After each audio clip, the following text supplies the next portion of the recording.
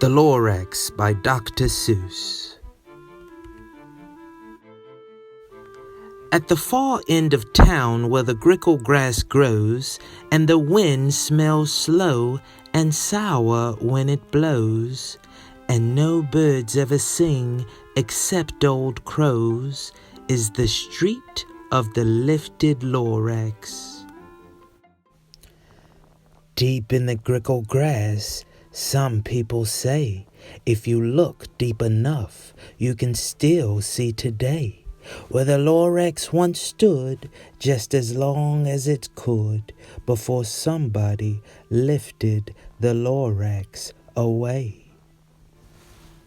You won't see the onceler, don't knock at his door. He stays in this lurkum, cold under the roof, where he makes his own clothes out of muffled moof.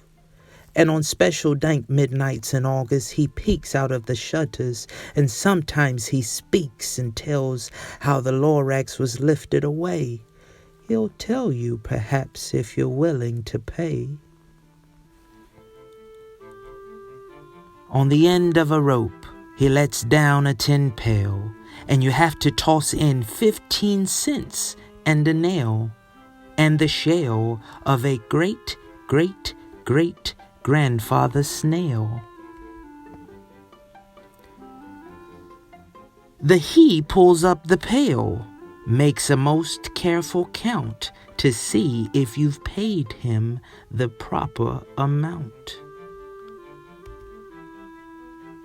Then he hides what you paid him away in his snub, his secret strange hole in his groovulous glove. Then he grunts, I will call you by whisper, my phone, for the secrets I tell are for your ears alone. Slup, slup. Down slups the whisper my phone to your ear, and the old onceler's whispers are not very clear, since they have to come down through a sniggerly hose, and he sounds as if he had smallish bees up his nose.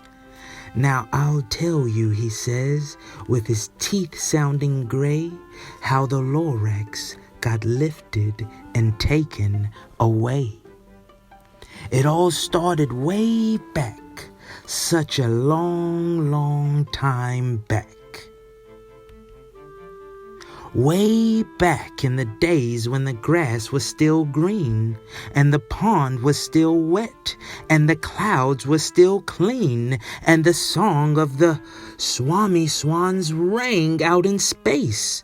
One morning I came to this glorious place, and I first saw the trees, the truffula trees, the bright-colored tufts on the truffula trees, mile after mile in the fresh morning breeze.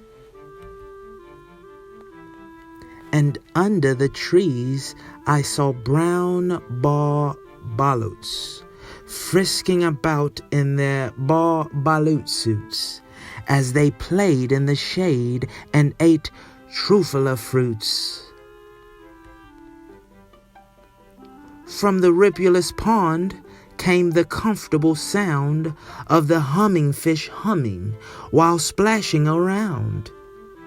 But those trees, those truffula trees, all my life I'd been searching for trees such as these. The touch of the tufts was much softer than silk, and they had the sweet smell of fresh, buttery milk. I felt a great leaping of joy in my heart. I knew just what I had to do. I unloaded my cart. In no time at all, I had built a small shop.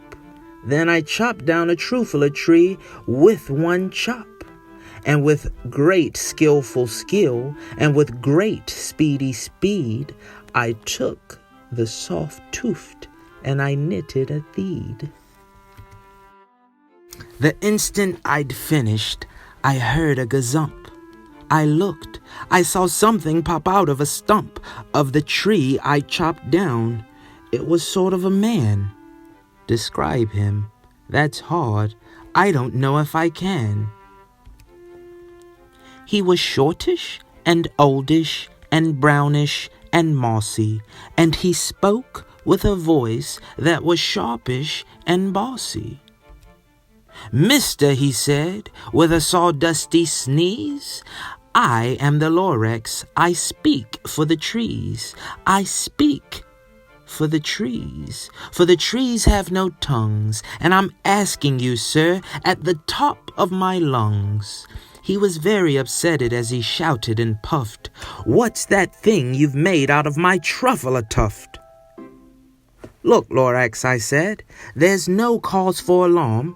I chopped just one tree. I am doing no harm. I'm being quite useful. This thing is a thneed. A thneed is a fine something that all people need. It's a shirt, it's a sock, it's a glove, it's a hat, but it has other uses, yes, far beyond that.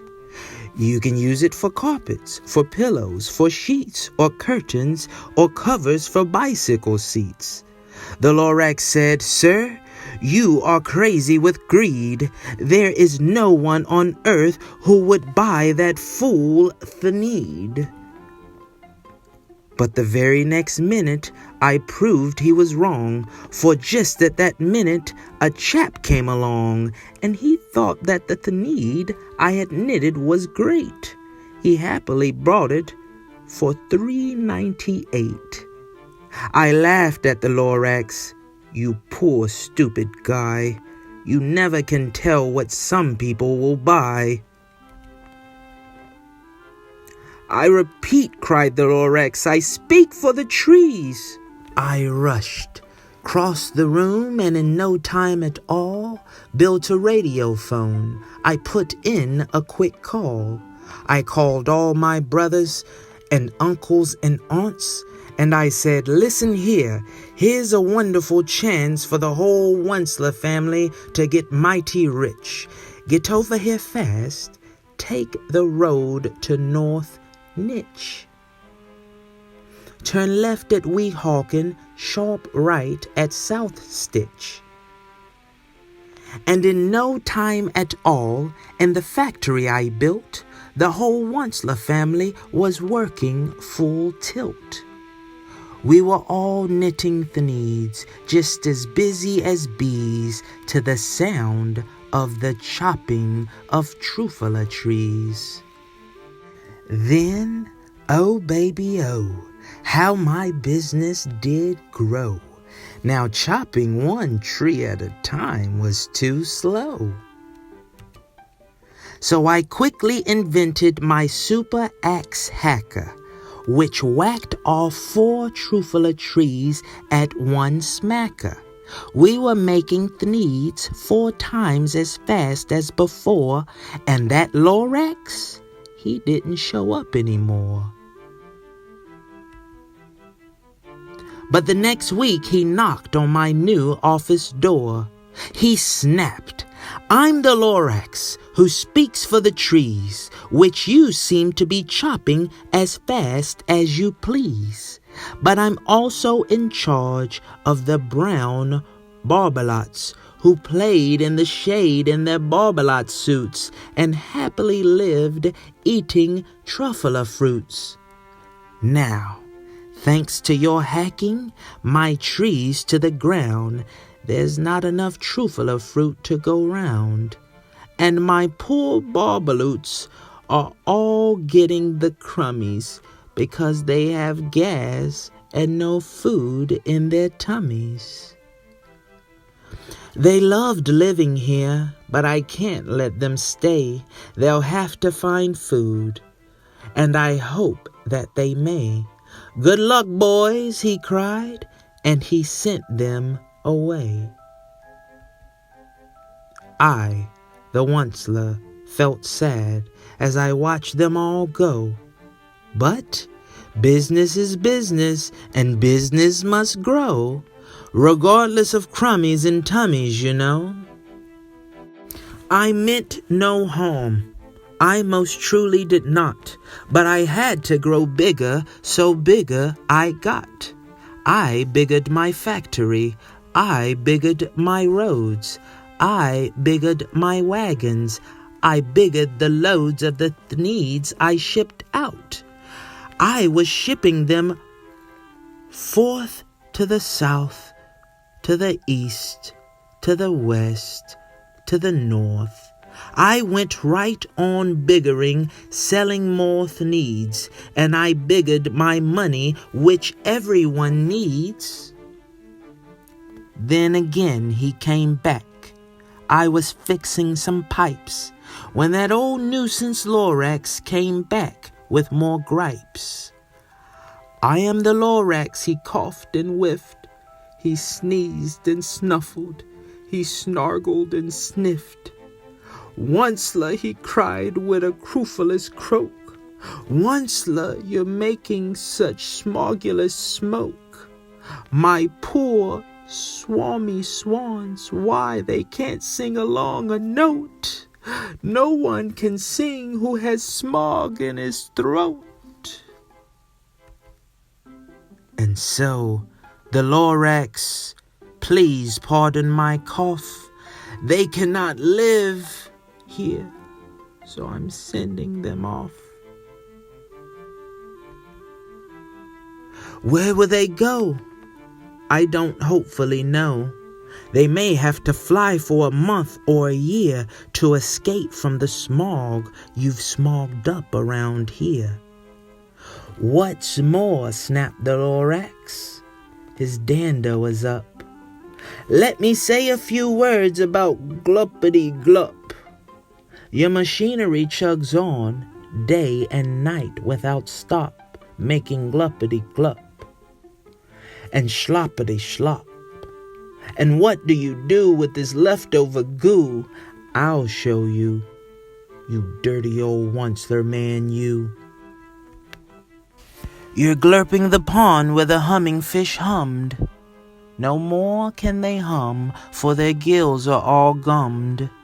So I'm sending them off. Oh, their future is dreary. They'll walk on their fins and get woefully weary in search of some water that isn't so smeary. And then I got mad. I got terribly mad. I yelled at the Lorax. Now listen here, Dad. All you do is yap, yap, and say bad, bad, bad, bad. Well, I have my rights, sir, and I'm telling you, I intend to go on doing just what I do. And for your information, you Lorax, I'm figuring on biggering and biggering and biggering and biggering, turning more truffula trees into the needs, which everyone needs. And at that very moment, we heard a loud whack. From outside in the fields came a sickening smack of an axe on a tree. Then we heard the tree fall, the very last truffula tree of them all. No more trees, no more needs, no more work to be done. So in no time, my uncles and aunts and everyone all waved me goodbye. They jumped into my cars and drove away under the smoke-smothered stars.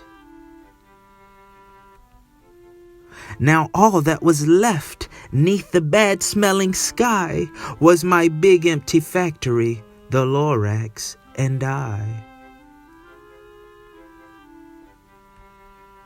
The Lorax said nothing, just gave me a glance, just gave me a very sad, sad backward glance, as he lifted himself by the seat of his pants.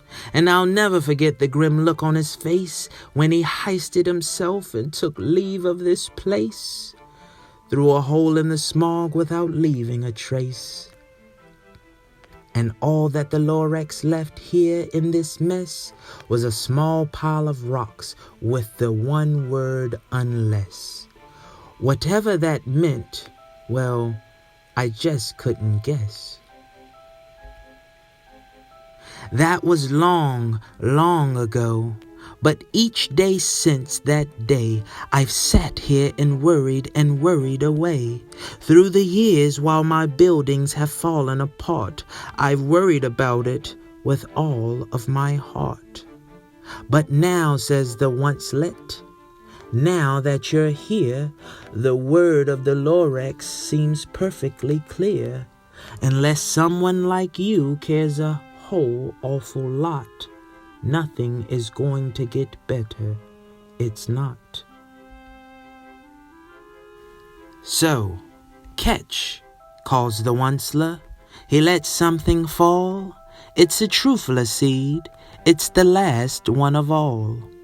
You're in charge of the last of the truffler seeds, and truffler trees are what everyone needs. Plant a new truffler. Treat it with care. Give it clean water and feed it fresh air. Grow a forest, protect it from axes that hack. Then the Lorex and all of his friends may come back. The